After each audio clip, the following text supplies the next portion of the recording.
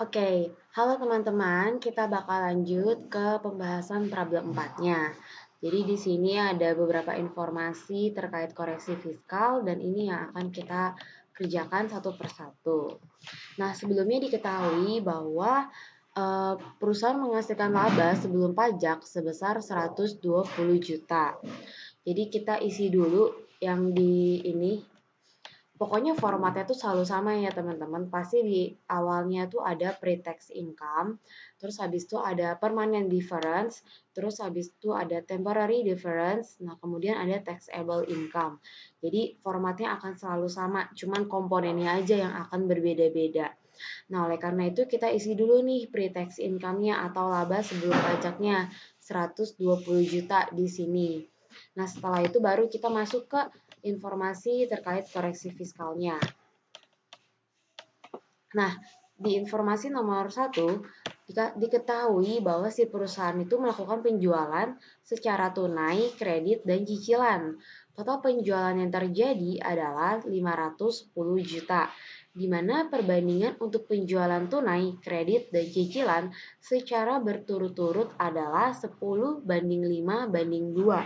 Nah, sehingga ketika kita ingin mengetahui berapa sih penjualan tunai, kredit, dan cicilan masing-masingnya, nah kita bisa menggunakan perbandingan ini. Nah, karena yang diketahui adalah total penjualan, nah berarti kita harus menambah semua itu yang perbandingannya. Yang 10 banding 5 banding 2 kita tambah semua. Jadi 10 tambah 5 tambah 2, karena kan yang diketahui total penjualan. Nah, kalau gitu ketika ditambah semua hasilnya kan 17. 10 tambah 5 tambah 2 kan 17. Nah, berarti ketika kita mau cari berapa sih penjualan tunainya, nah cara carinya 10 yang di sini nih yang angka perbandingan untuk penjualan tunai 10 dibagi dengan 17 total yang tadi dikali dengan yang diketahui di soal. Nih yang 510 juta yang total ini gitu. Jadi cara carinya yang kayak gitu ya. Nih, 10 dibagi 17 kali 510 juta. Nanti ketemu hasilnya 300 juta. Nah, kemudian untuk yang kredit sama cicilan itu juga sama. Berarti kalau untuk kredit 5 dibagi 17 dikali dengan 510 juta. Nanti ketemu hasilnya 150 juta. Nah, kemudian untuk yang cicilan juga sama. Berarti 2 dibagi 17 dikali 510 juta. Nanti hasilnya ketemulah 60 juta. Nah, kita juga bisa sum nih untuk memastikan apakah benar. Dan ternyata kalau kita lihat di bawah di sini ada tulisan sum, itu dia benar nih hasilnya sama 510 juta. Nah, setelah itu baru kita cari tahu berapa sih yang boleh diakui berdasarkan pajak. Nah, kayak aku bilang, kalau pajak itu dia menggunakan cash basis, sehingga dia boleh diakui ketika si perusahaan itu udah nerima uangnya. Nah, jadi kalau kayak kredit sama cicilan ini, kita cari tahu berapa sih uang yang udah diterima sama perusahaan gitu. Nah, di sini kalau tunai kan udah pasti ya, dia terima semuanya 100%, namanya juga tunai. Nah, kalau kredit kita lihat lagi ke soal. Hingga akhir tahun, uang yang diterima dari penjualan kredit baru 85%. Nah, sehingga uang yang boleh penjualan yang boleh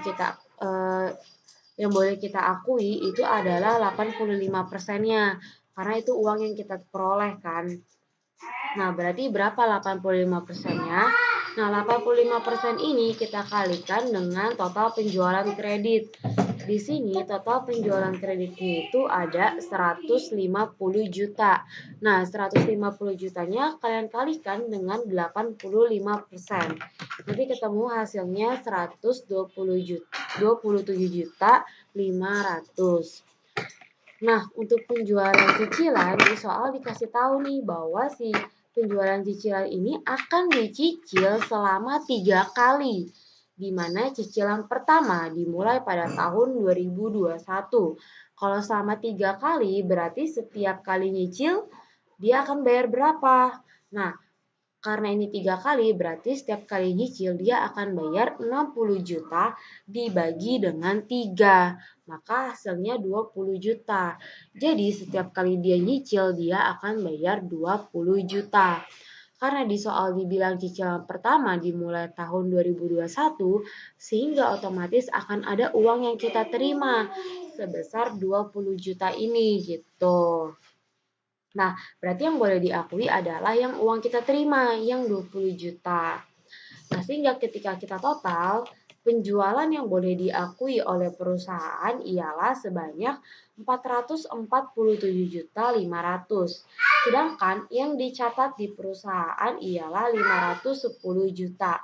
Nah, sehingga ada selisih kan? Ada selisih sebesar 62.500. Nah, selisih ini akan masuk ke dalam DTL. Kenapa akan masuk ke dalam DTL? Karena penjualan yang boleh diakui kan lebih kecil daripada yang diakui oleh perusahaan. Karena pajak kan dia maunya cash basis.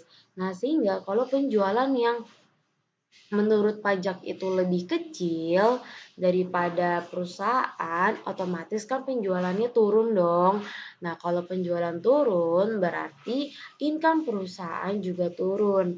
Nah, hal-hal yang menyebabkan income perusahaan turun akan masuk ke dalam deferred tax liability.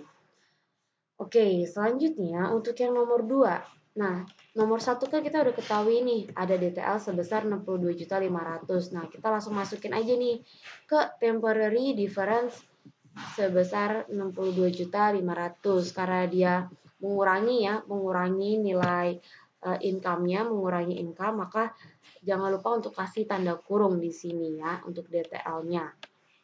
Nah, aku sarankan untuk mengisi di sini tuh berdasarkan keterangan terkait koreksi fiskalnya. Misal di sini nomor 1. Oh ya udah, berarti kita langsung lihat nih ke nomor 1. Jadi kalian nggak usah 1, 2, 3, jangan. Lebih baik tulis angka nomornya itu berdasarkan informasi terkait koreksi fiskalnya gitu. Oke, selanjutnya kita bakal masuk nomor 2 ya teman-teman. Nah, di sini dikasih tahu ada biaya entertainment yang tidak memiliki daftar nominatif sebesar 15 juta.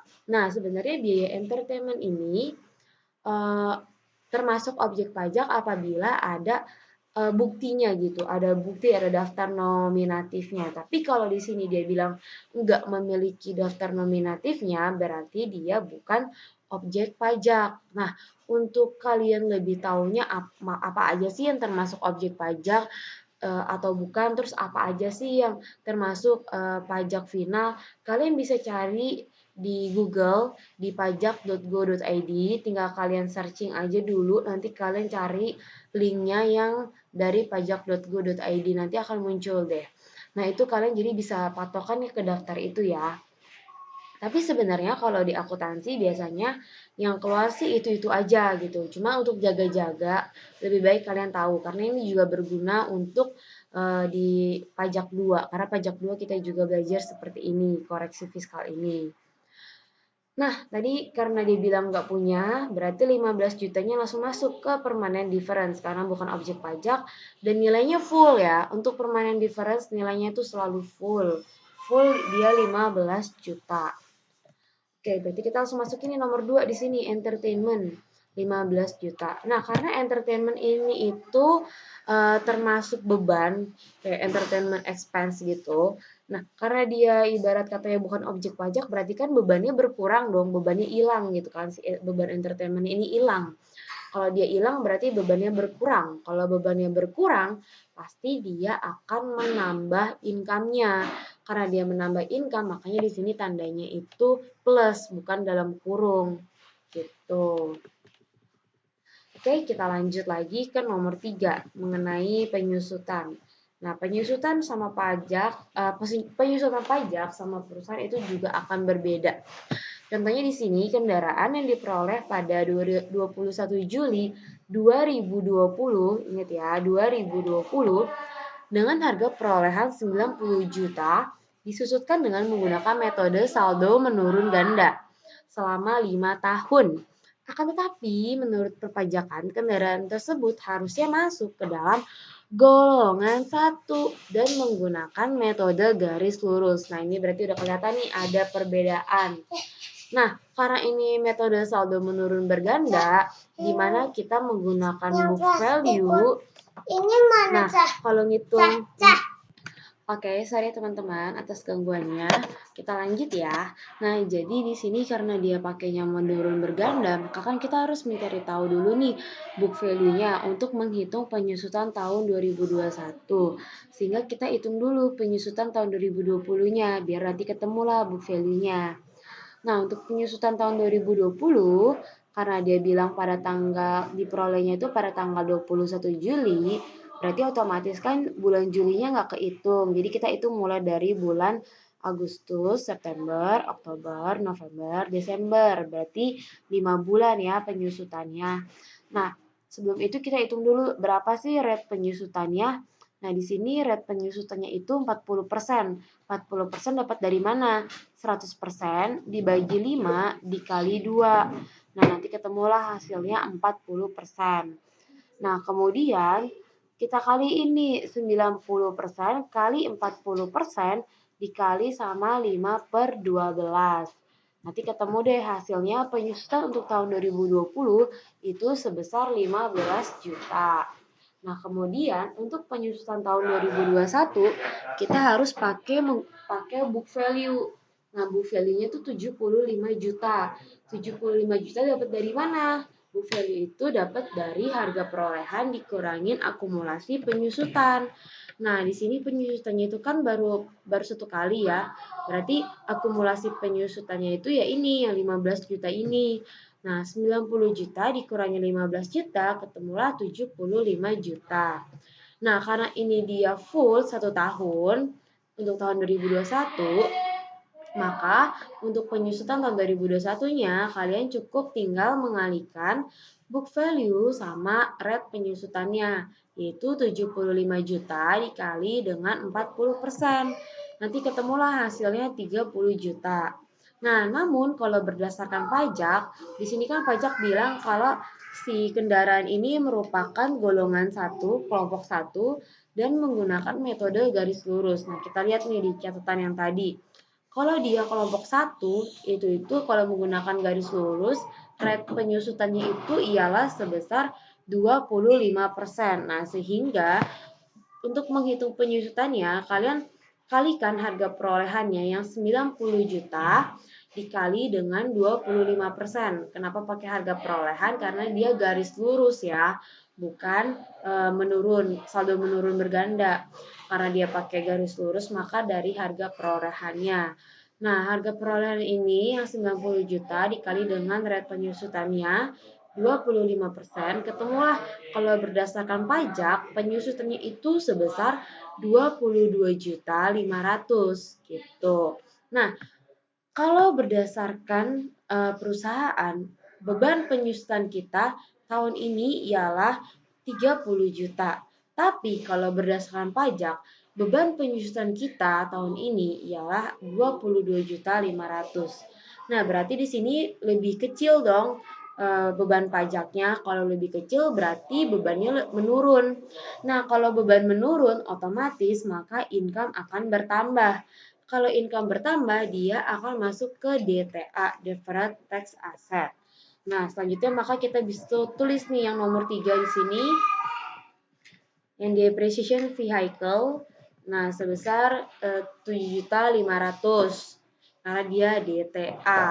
Jadi nggak ada tanda kurungnya karena dia DTA. Nah, kemudian untuk yang gedung, nah ini harusnya nomor 4 ya, bukan nomor 3. Tolong nanti kalian perbaiki di Excel kalian jika sudah saya upload. Kalau belum nanti akan saya upload yang ini.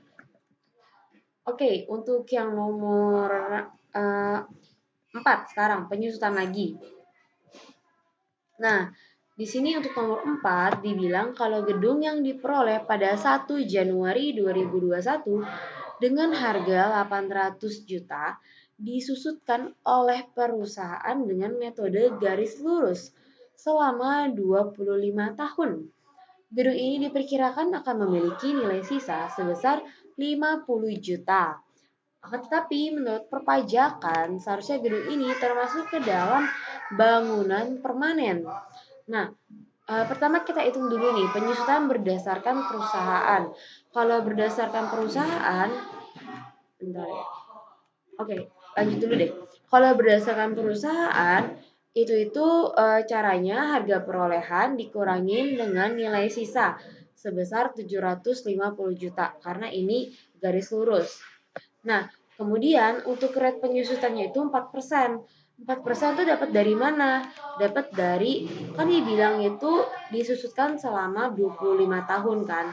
Nah, sehingga 100%-nya ini 100% dibagi sama 25. Nah, maka setiap tahunnya itu akan disusutkan selama 4% gitu. Makanya rate penyusutan setiap tahunnya ialah 4%. Nah, 750 juta dikalikan dengan 4%. Ketemulah nilai penyusutan berdasarkan perusahaan itu 30 juta. Nah, kemudian untuk yang berdasarkan pajak, nah ini rumusnya diganti ya, ini salah di sini. Nah, ini tuh harusnya nggak boleh dikurangi sama nilai sisa. Jadi kalau berdasarkan pajak, harga perolehan tidak dikurangi dengan nilai sisa. Sehingga kita langsung pakai 800 jutanya. Nah, kalau dia bilang itu dia tuh adalah bangunan permanen, maka kita lihat berapa sih rate untuk bangunan permanen. Nah, kalau untuk bangunan permanen itu cuma pakai satu metode, ialah garis lurus. Dan sini diketahui bahwa untuk bangunan permanen rate-nya ialah 5%. Sehingga di sini 800 jutanya akan dikalikan dengan 5%. Nanti ketemulah uh, uh, penyusutan berdasarkan pajaknya itu ialah sebesar 40 juta. Nah, berdasarkan pajak itu lebih gede nih sekarang dibandingkan berdasarkan perusahaan. Kalau berdasarkan pajak lebih gede, otomatis kan bebannya bertambah. Kalau beban bertambah, maka akan mengurangi income. Kalau mengurangi income, maka akan masuk ke dalam DTL. Nah, sehingga kita masukkan nih selisihnya tadi kan 10 juta ya, 40 juta sama 30 juta diselisihkan, ketemu 10 juta. Nah, 10 juta kita masukin ke list temporary difference. Nah, ini di sini dikasih dalam kurung karena sifatnya itu dia DTL. Nah, oke. Selanjutnya kita akan lanjut ke informasi nomor 5. Nah, di informasi nomor 5 dikasih tahu nih kalau si perusahaan memiliki debt investment berupa obligasi yang memiliki nilai par sebesar 200 juta dan suku bunga kupon 8% yang dibeli pada harga par sejak 1 November 2020.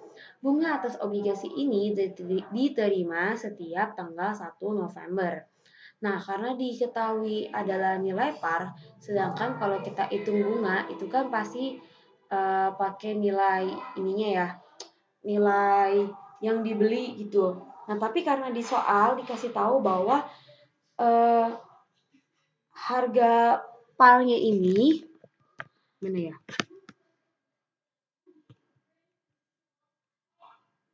Nih, kalau si debt investment ini dibeli pada harga par, otomatis kan kita nggak usah cari dulu nih berapa sih carrying value-nya karena dibelinya pada harga par, otomatis carrying value-nya akan sama dengan nilai parnya. Makanya untuk mencari tahu berapa besaran bunganya, kita cukup tinggal mengkalikan si 200 juta sama 8%-nya.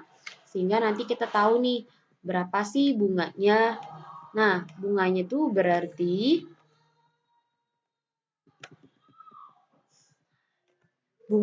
berarti untuk selama 1 tahun itu ialah sebesar nih, hitung aja di sini ya.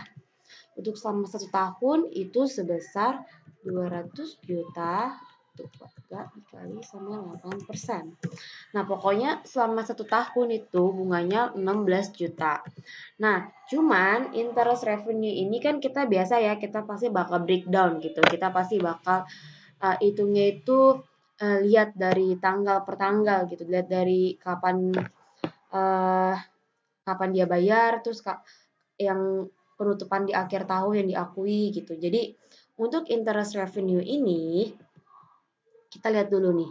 Kan dia bilang dia itu memiliki si debt investment ini sejak 1 November 2020 kan. Nah, ketika akhir tahun pastikan kita ada mengakui interest revenue meskipun kita belum terima, tapi kan kita kalau berdasarkan perusahaan itu kan kita pasti harus mengakui dulu si interest revenue-nya.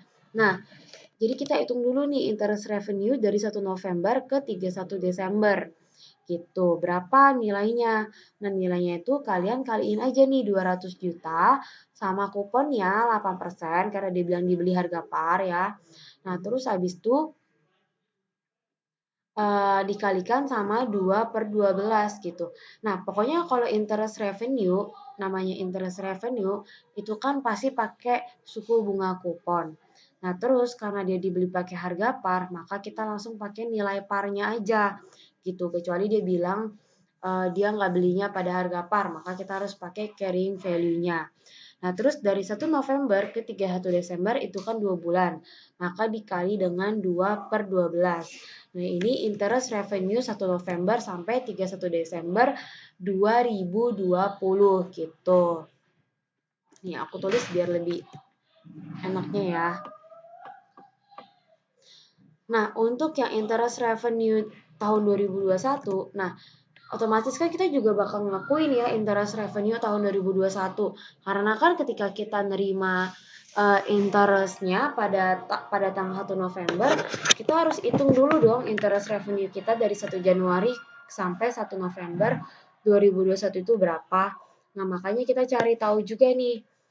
Nah, cara cari tahunya 200 juta sama kali 8% dikali 10/12. Jadi cuma beda fractionnya aja. Dari 1 Januari ke 1 November itu kan 10 bulan, maka kali 10/12. Nah, pokoknya nanti tuh kalau di total nilainya itu harus 16 juta, harus sama kayak interestnya selama 1 tahun. Jadi ini kan emang interest selama 1 tahun, cuman kayak beda waktu pengakuannya aja. Waktu pengakuannya kan yang pertama itu di saat kita mau tutup buku sama yang keduanya lagi ya emang periode berjalannya gitu. Nah, pokoknya ini tuh nilainya harus sama 16 juta sama kayak 1 tahun. Nah, ini kan suku bunga obligasi ya. Nah, bunga obligasi itu termasuk ke dalam pajak final. Nah, karena dia termasuk ke dalam pajak final, maka dia masuknya ke permanent difference. Nah, karena di sini ini kan interest revenue, kita nerima bunga, tapi karena dia itu termasuk ya ke dalam pajak final atau permanent difference, maka kan revenue kita berkurang gitu kan. Kalau revenue kita berkurang, maka pendapatan kita juga atau income kita itu juga akan berkurang gitu. Nah, kalau income kita berkurang, otomatis di sini nilainya itu harus di dalam kurungi gitu karena kan mengurangi income kita. Nah, kemudian lanjut nih yang ke nomor 6. Diketahui juga bahwa perusahaan melakukan beberapa sumbangan pada tahun 2021, antara lain sumbangan untuk pandemi COVID-19 yang ditetapkan sebagai bencana nasional sebesar 35 juta. Sumbangan bagi korban banjir di daerah Pademangan sebesar 20 juta. Sumbangan untuk riset dan penelitian yang dilakukan di Indonesia sebesar 10 juta. Nah, dari sumbangan-sumbangan ini, itu tuh ada yang termasuk objek pajak, ada juga yang tidak termasuk objek pajak. Yang termasuk objek pajak adalah sumbangan yang ditetapkan sebagai bencana nasional. Sorry ke scroll. Dan juga sumbangan untuk riset dan penelitian yang dilakukan di Indonesia. Nah, jadi dua ini itu termasuk objek pajak.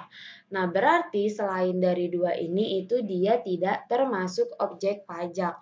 Makanya nih, yang untuk korban banjir di daerah Pademangan yang sebesar 20 juta ini tidak termasuk ke dalam beban yang diakui oleh pajak gitu karena dia bukan objek pajak.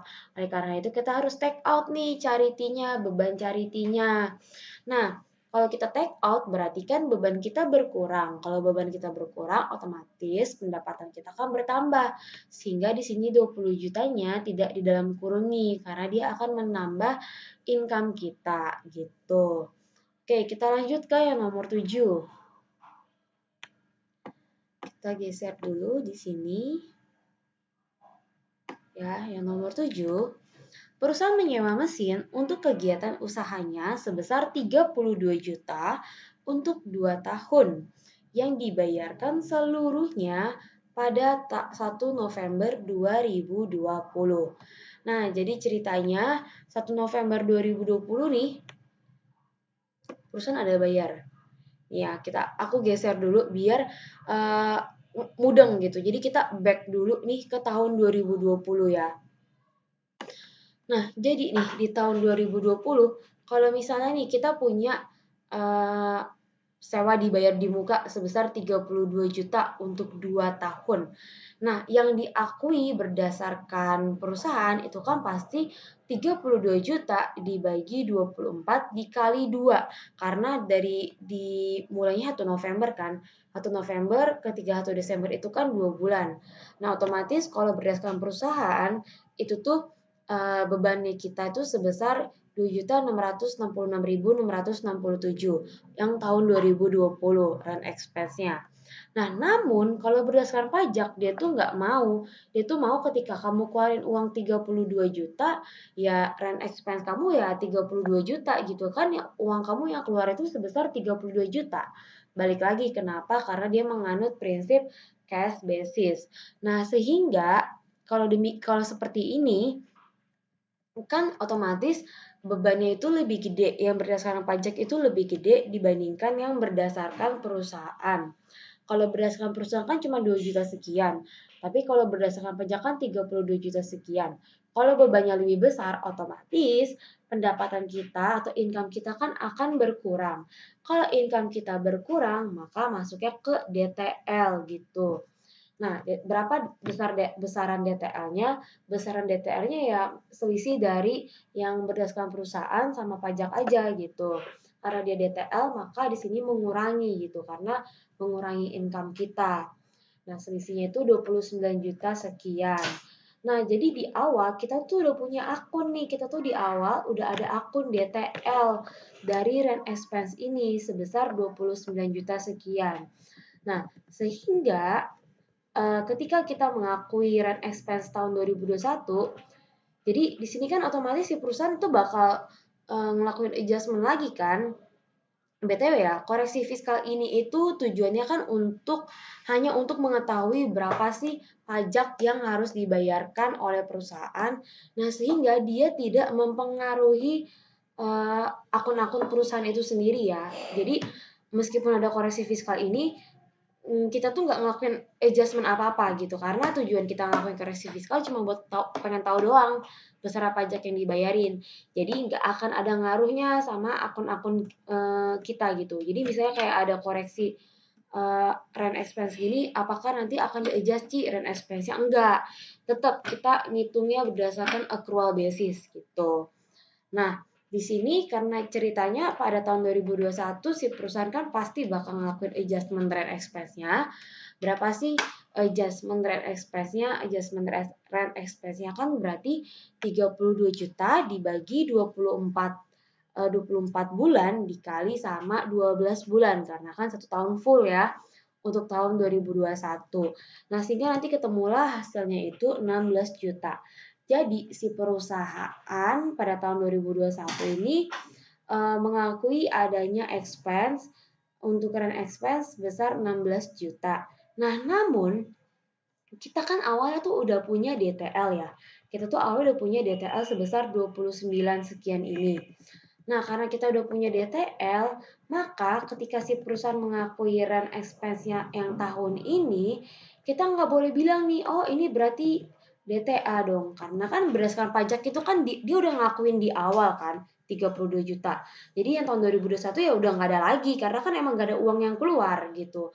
Makanya berdasarkan pajak ini nol. Nah kalau gitu berarti DTA dong, Ci. Nggak bisa kita langsung bilang ini DTA. Kenapa? Karena awalnya kita udah punya DTL. Jadi ini tuh kan bedanya itu disebabkan karena adanya beda pengakuan waktu. Kalau di pajak dia maunya di saat kita keluarin uang ya langsung catat segitu, sedangkan kalau kita berdasarkan prinsip accrual basis ya berarti kita ngitungnya ya eh, kita proporsiin gitu per periodenya berapa. Nah, untuk yang periode ini proporsi kita ya 16 juta. Nah, tapi di awal kan udah ada DTL yang 29 sekian. Sehingga DTL-nya inilah yang akan kita pakai gitu. Jadi DTL ini tuh akan terkikis gitu, akan terkikis seiring dengan berjalannya waktu gitu. Karena kan perbedaan yang disebabkan itu cuma perbedaan karena waktu. Sehingga DTL-nya ini akan terkikis gitu seiring dengan berjalannya waktu. Nah, makanya kita nggak bisa bilang ini DTA karena kita udah punya DTL di awal.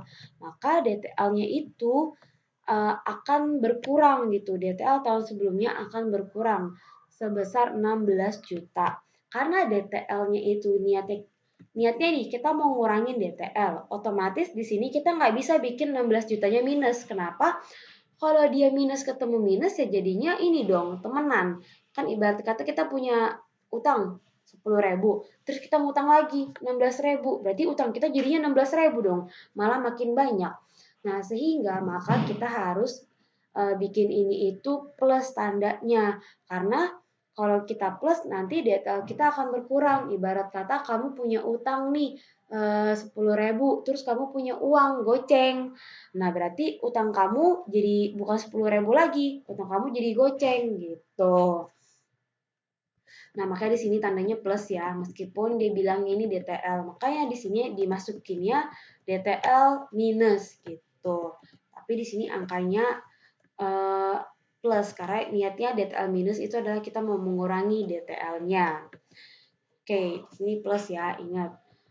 Selanjutnya kita masuk ke yang nomor 8. Di sini dibilang kalau perusahaan itu juga memiliki mesin yang tidak terpakai, sehingga pada 1 Maret 2021 perusahaan itu menyewakan mesin tersebut kepada pihak ketiga dengan nilai kontrak sebesar 15 juta untuk 1 tahun, di mana perusahaan telah menerima seluruhnya pembayaran ini. Nah, karena perusahaan dia udah nerima seluruhnya pembayaran ini, berarti kan otomatis dia udah nerima nih 15 juta. Maka kalau berdasarkan pajak, pendapatan atas sewa mesin ini ialah sebesar 15 juta. Namun kalau berdasarkan perusahaan kita kan hitungnya tuh per ini ya, per periode gitu ya. Berarti untuk tahun 2021 rent revenue-nya ini sebesar 12.500.000. Dapat dari mana? 15 juta kita bagi dengan 12 bulan atau 1 tahun ya. Karena ini mainnya bulan ya bagi 12 aja, jangan bagi 1 gitu. Jadi 15 juta bagi 12 bulan dikali sama 10 bulan. 10 bulan dapat dari mana? Dari 1 Maret sampai 31 Desember. Jadi kalau berdasarkan perusahaan, rent revenue kita sebesar 12.500. Tapi kalau berdasarkan pajak, rent revenue kita sebesar 15 juta. Sehingga ada selisih.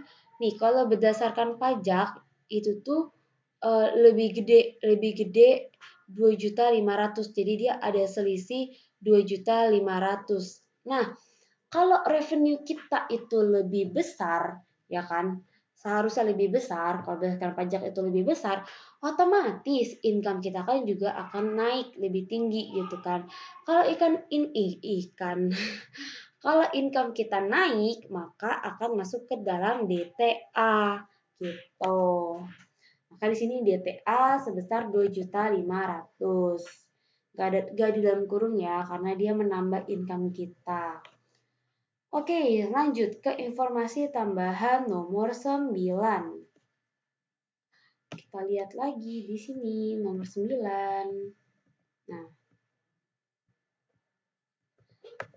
ini mengenai bad debt expense. Perusahaan mencatat bad debt expense sebesar 570.000 untuk tahun 2021, di mana perusahaan menggunakan metode allowance percentage of receivable sebesar 5% untuk mencatat pencadangan piutangnya. Namun, penghapusan yang benar-benar terjadi ialah sebesar 1.250.000. Diketahui juga bahwa terdapat koreksi positif Kalau koreksi positif ini berarti maksudnya DTA ya teman-teman. Kalau koreksi negatif itu DTL gitu. Ingat aja kalau positif, oh positif nambah laba berarti DTA. Negatif berarti negatif ngurangin laba berarti DTL. Nah, di sini dia dikasih tahu kalau ada positif terkait bad debt expense-nya sebesar 680.000 pada tahun lalu. Jadi awalnya kita punya DTA sebesar 680.000 gitu. Nah, di sini kita lihat nih, kalau berdasarkan perusahaan, dia mencatat bad debt expense-nya itu sebesar 570.000. Tapi yang terjadi itu kan 1.250.000. Nah, kita kan kalau pajak itu harus melihat berdasarkan yang terjadinya gitu. Nah, berdasarkan yang terjadinya itu 1.250. Nah, karena kita punya DTA nih, kita punya DTA tahun sebelumnya. Nah, berarti kita harus mengurangi dulu si DTA-nya. Nggak bisa kita langsung bilang, oh berarti ini DTA lagi dong, Ci. Enggak gitu. DTA. Oh, berarti ini DTL dong, Ci. Bukan DTA ya. Karena kan pajaknya lebih gede nih. Kalau pajak lebih gede, bebannya lebih gede, otomatis kan ngurangin income. Nah, kita nggak bisa bilang kalau ini DTL. Kenapa? Karena kita punya saldo. Kita punya saldo koreksi positif. Ibarat kata kita ada eh, saldo awal si DTA ini. Ada saldo lebih yang tadinya DTA, kalau DTA kan berarti yang berdasarkan perusahaan lebih tinggi dari berdasarkan pajak. Nah, berarti kan kita ada punya selisih lebih gitu kan yang dari berdasarkan pajak. Nah, kalau kita punya ada DTA di sini nih, kita punya saldo lebih. Nah, otomatis kita nggak bisa langsung mengaku ini sebagai DTL. Orang kita punya DTA 680 juta, maka kita harus pakai dulu ibarat kata. Sama kayak tadi nih, kita harus pakai dulu si 680 jutanya ini. Jadi, baik DTA maupun DTL itu juga nanti akan terkikis seiring dengan berjalannya waktu gitu. Karena kan ini kan terjadi perbedaan karena perbedaan pengakuan, perbedaan waktu pengakuannya aja. Nah, sehingga DTA 680 juta ini kita pakai dulu gitu. Makanya di sini dibilang Di sini dibilang mengurangi DTA tahun sebelumnya. Jadi 570.000 dikurangin sama 1.250 ketemu kan hasilnya 680 juta. Nah, 680 juta ini mengurangi DTA tahun sebelumnya gitu. Nah, habis itu langsung deh kita isi di sini ya. Untuk bad debt expense, DTA minus gitu karena dia mengurangi DTA tahun sebelumnya. Nah, karena dia di sini DTA minus, maka di sini juga harus minus angka 680 jutanya. Kebalikan ya sama DTL. Jadi karena sifat asli DTL itu minus, ketika dia di minus, maka itu tandanya harus plus. Nah, tapi kalau DTA sifat aslinya kan plus, maka ketika kita mau mengurangi, kita harus pakai tanda minus. Oke, kita lanjut ke informasi tambahan yang terakhir, nomor 10. Yeay! Pasti senang, aku juga senang soalnya. Oke, untuk nomor 10, perusahaan membayar sebesar 54 juta untuk asuransi gedung selama 2 tahun pada tanggal 18 April 2021. Nah, ini juga mana tadi nomor 5? Loh, nomor 4 bukan nomor 5. Nah, ini juga perbedaannya muncul karena masalah cash basis ya. Jadi kalau di perusahaan dia tuh mau di perusahaan, kalau di pajak itu dia maunya ya insurance expense itu 54 juta. Oke, sorry teman-teman, kita lanjut lagi ya. Tadi ada biasalah bocil. Oke, nah jadi kalau berdasarkan pajak dia tuh maunya ya kamu ngeluarin 54 juta ya udah insurance expense-nya 54 juta. Tapi kan kita nggak bisa begitu kan. Kita harus baginya itu sesuai dengan periodenya. Maka si perusahaan itu hanya mengakui insurance expense-nya sebesar 18 juta. Dapat dari mana? Di sini kan untuk 2 tahun, berarti 54 juta dibagi 24 bulan, dikali sama 8. Karena dikali sama 8 bulan, karena kan dia bilang dimulainya itu pada tanggal 18 April. Nah, kalau 18 April kan udah lewat dari tanggal 15. Otomatis berarti dari Mei, Juni, Juli, Agustus, September, Oktober, November, Desember gitu, 8 bulan. Nah, ketemulah 18 juta. Nah, selisihnya berarti ada 36 juta gitu. Nah, 36 juta ini masuknya ke dalam DTL. Kenapa? Karena yang beban berdasarkan pajak itu lebih besar daripada beban berdasarkan perusahaan.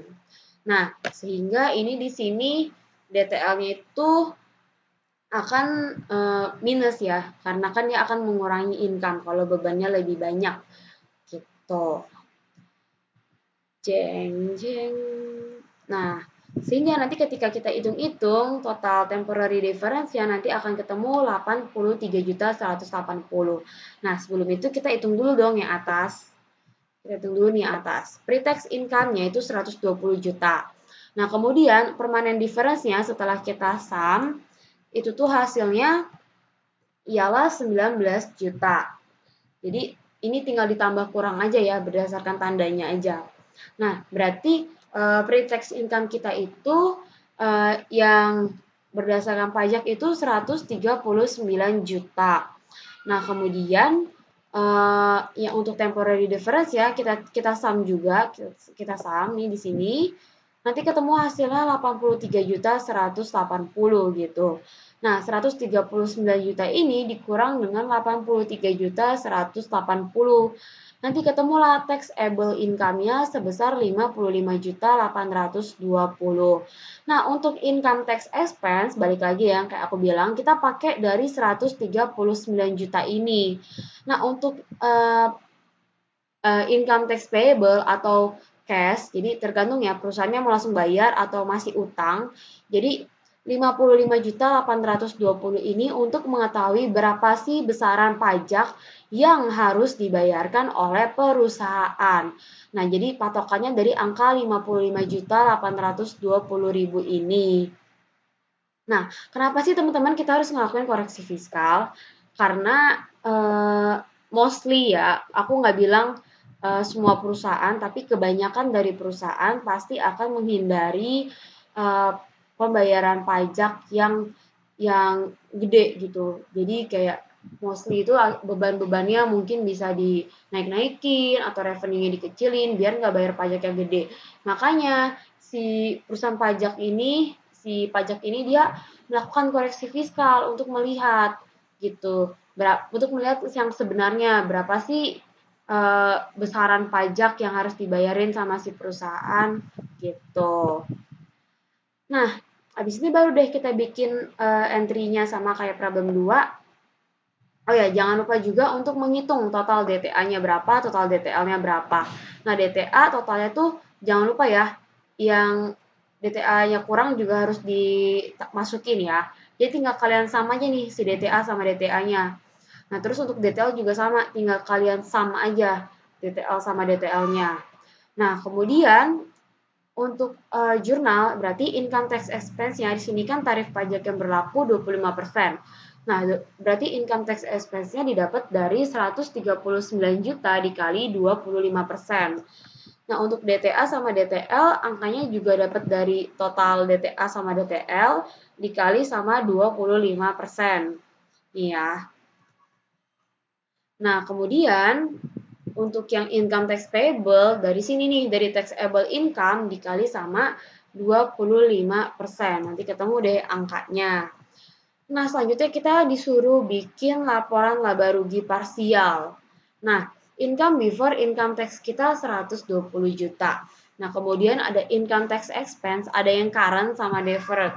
Nah, current ini tuh yang tadi, yang dari 55.820 dikali 25%, itu berarti current yang emang harus kita bayarkan saat ini untuk periode ini. Ada juga yang deferred, yang masih ditangguhkan, yang nantinya itu akan terkikis seiring dengan berjalannya waktu. Itu sebesar 20.795.000.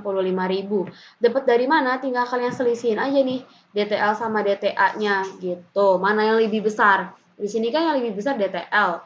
Ya berarti di sini dalam kurung gitu nilainya. sebesar 20.795. Nah, nanti ketika di sum yang current sama deferred, nanti akan ketemu hasilnya itu sama kayak income tax expense-nya. Nah, nanti ketemulah income after income tax-nya sebesar 85.250. Oke, sekian untuk problem 4 hari ini. Jika teman-teman masih ada yang bingung atau masih ada yang kurang jelas, bisa tanya ke aku aja. Sorry kalau misalnya ada yang kata-kata yang masih sulit dimengerti dan lain sebagainya. Aku harap teman-teman bisa bertanya ke aku dengan santai aja, feel free ya teman-teman. Oke, see you di pertemuan kita yang berikutnya. Bye-bye.